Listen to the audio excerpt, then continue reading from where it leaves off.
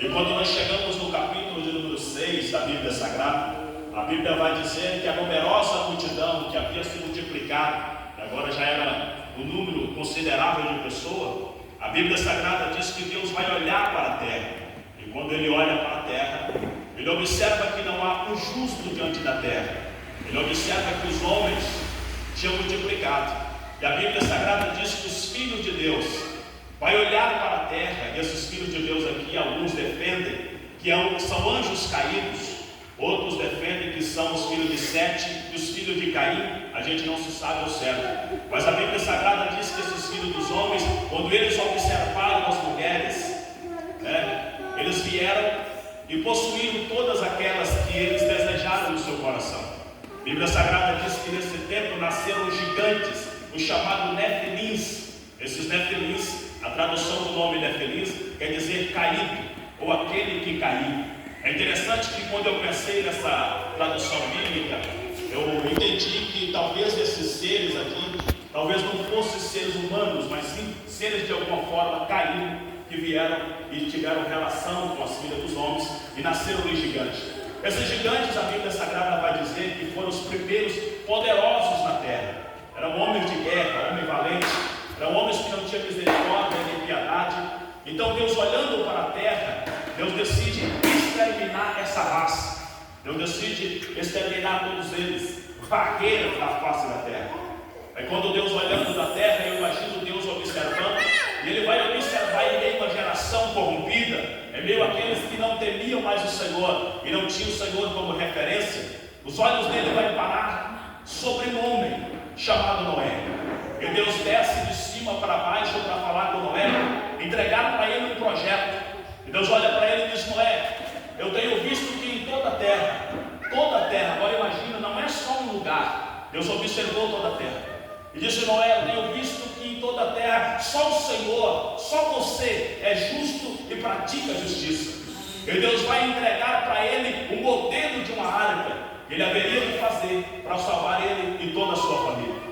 E quando eu pensei nesse texto bíblico, a Bíblia Sagrada diz que Deus vai entregar o modelo. O tamanho da arca seria de 3 andares, 300 côvados de comprimento. A arca teria uma porta na lateral da arca e ela teria uma janela para o lado de cima. É interessante, eu fiquei olhando esse projeto de Deus. Deus vai entregar o projeto para Noé. E Deus não vai perguntar a Noé, pastor, se assim está bom, assim ele pode fazer. Deus apenas entrega o projeto, diz: executa o projeto, porque aqui representa a graça de Deus. E na graça de Deus nós fomos inseridos, e a gente não pergunta ao Senhor por quê. A gente só aceita o plano de Deus na nossa vida e vamos seguindo em frente, glorificando e louvando o nome desse Deus até o dia do arrebatamento desta igreja. O plano de salvação de Deus, Deus quer a participação de Noé naquilo que ele vai fazer, porque a principal pessoa que entraria ali era Noé e sua família. É interessante que a Bíblia Sagrada diz que quando começou a chover, Noé entra para dentro da arca e Deus sela a arca para o lado de fora. Deus fechou a porta. Quando Deus fechou a porta, ninguém entra e ninguém sai. Louvado seja o nome do Senhor. E a Bíblia Sagrada diz que quando ele estava dentro da arca, é interessante que era um projeto que muitos poderiam não acreditar no projeto de Deus, mas Noé acreditou. Se alguém não acreditou, quando Deus trouxe a destruição sobre a terra, Noé e sua família estavam lá dentro. Louvado seja o nome do Senhor. Porque o maior pregador do mundo não é o eloquente, não é o que tem muito conhecimento, mas é aquele que, quando a trombeta soar, a sua família vai subir no arrebatamento. Esse é o melhor pregador que existe. Louvado seja o nome do Senhor. Interessante, porque se eles precisassem lá dentro, depois que a porta foi fechada, ninguém entra, ninguém sai, porque a porta um dia da salvação, ela vai ser fechada.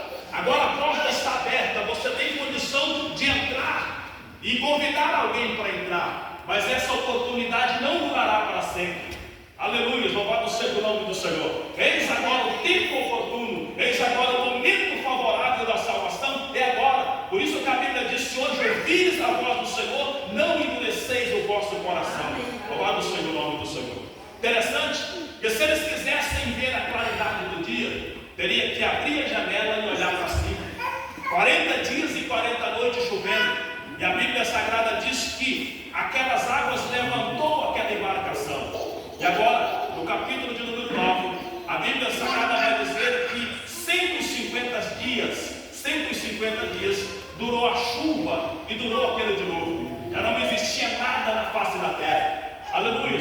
E quando Deus vai dar a ordem para Noé, eu venho agora te dizer para você descer na arca. E ele vai agora soltar uma pomba. Ele solta o corvo, depois solta a pomba. E Deus ordena que ele desce na arca. E quando ele desce na arca, ele olha ao redor de 360 graus, tudo está destruído. Mas é interessante que ele desce os animais e pega um animal limpo e oferece no holocausto ao Senhor. Louvado seja o nome do Senhor. Então o cenário não é favorável, o cenário não é dos bons, mas o adorador oferece, aleluia, adoração ao Senhor, sacrifício ao Senhor, independente do cenário. Louvado seja o nome do Senhor. Glória a Deus. Luiz, Ele é que transforma o lugar, Ele é que transforma o ambiente. Louvado seja o nome do Senhor. Então, se o ambiente está propício, eu adoro. Se o ambiente não está propício, eu continuo adorando a Deus. Eu sou um adorador por excelência. Louvado seja o nome do Senhor. Interessante que Deus ele vai sentir o aroma daquela adoração. Ele vai sentir o cheiro. Interessante, eu acredito Deus com saudade, aleluia, de uma adoração verdadeira. E quando aquela fumaça sobe a narina de Deus, Deus faz uma promessa, dizendo: eu nunca mais vou destruir a terra com água do dilúvio. Louvado seja o nome do Senhor. Enquanto existir céus e terra, não será mais destruída com águas. Louvado seja o nome do Senhor. Deus agradou de Noé. Interessante que Deus vai dar uma ordem para Noé, dizendo: Noé, você vai descer da embarcação, você e sua família, a sua esposa e a esposa dos seus filhos vão descer da arca. Eu dou uma ordem para vocês. Vocês vão dominar sobre todos os animais que estão sobre a terra. Vocês vão dominar, e todos os animais vão ter pavor e medo de vocês. Agora eu dou uma ordem a vocês: multiplicai e enchei toda a terra. Novamente aquela ordem que Deus deu ao primeiro casal, Deus está dando agora a Noé e dizendo assim: a obrigação e a incumbência de povoar toda a terra agora está com vocês. Interessante que a Bíblia Sagrada vai dizer que o povo começou-se a multiplicar e a iniquidade novamente começou a invadir a terra. Interessante, o homem, ele tem isso consigo. Para onde ele vai? A degradação do gênero humano, o afastar de Deus, isso sempre foi do ser humano. E quando de repente no capítulo que nós lemos, o capítulo de número 11, a Bíblia Sagrada vai dizer que eles é uma grande congregação e eles vão para a planície chamada Sinar. E é engraçado que a Bíblia Sagrada vai falar de um nome chamado Nisrod. Esse Nisrod, a Bíblia Sagrada diz que ele alcançou referência entre os demais povos daquela geração. Aquele Nisrod, ele prometia ao povo algo que ele não podia cumprir, mas ele prometia. E o povo aplaudia aquele Nimrod. A Bíblia Sagrada diz que quando aquele Nimrod, ele é líder daquele povo, e ele chega na terra chamada Siná, ele observa uma terra. A terra é boa, a terra é frutífera, e ele coloca na cabeça, na mente das pessoas, o seguinte pensamento: nós vamos ficar aqui e vamos construir uma torre aqui neste lugar. Nós vamos construir uma torre para que nós sejamos um povo seleto. É interessante que, observando o projeto deste homem, o projeto deste povo, eu achei o projeto extraordinário, pastor. Porque eles estão achando naquela terra, chegando naquela terra, acham que a terra é boa, eles olham para a terra e dizem: nós não temos tijolo, mas nós vamos pegar o piche e queimar bem o barro e fazer tijolo do barro queimado. E nós vamos fazer essa torre, como nós não temos cimento, nós vamos pegar o piche e vamos usar como argamassa para fazer esse negócio. Engraçado que o construtor, aquele que entende de tijolo, ele vai ver que o tijolo mais queimado, aquele bem firme mesmo, nem a colher de pedreiro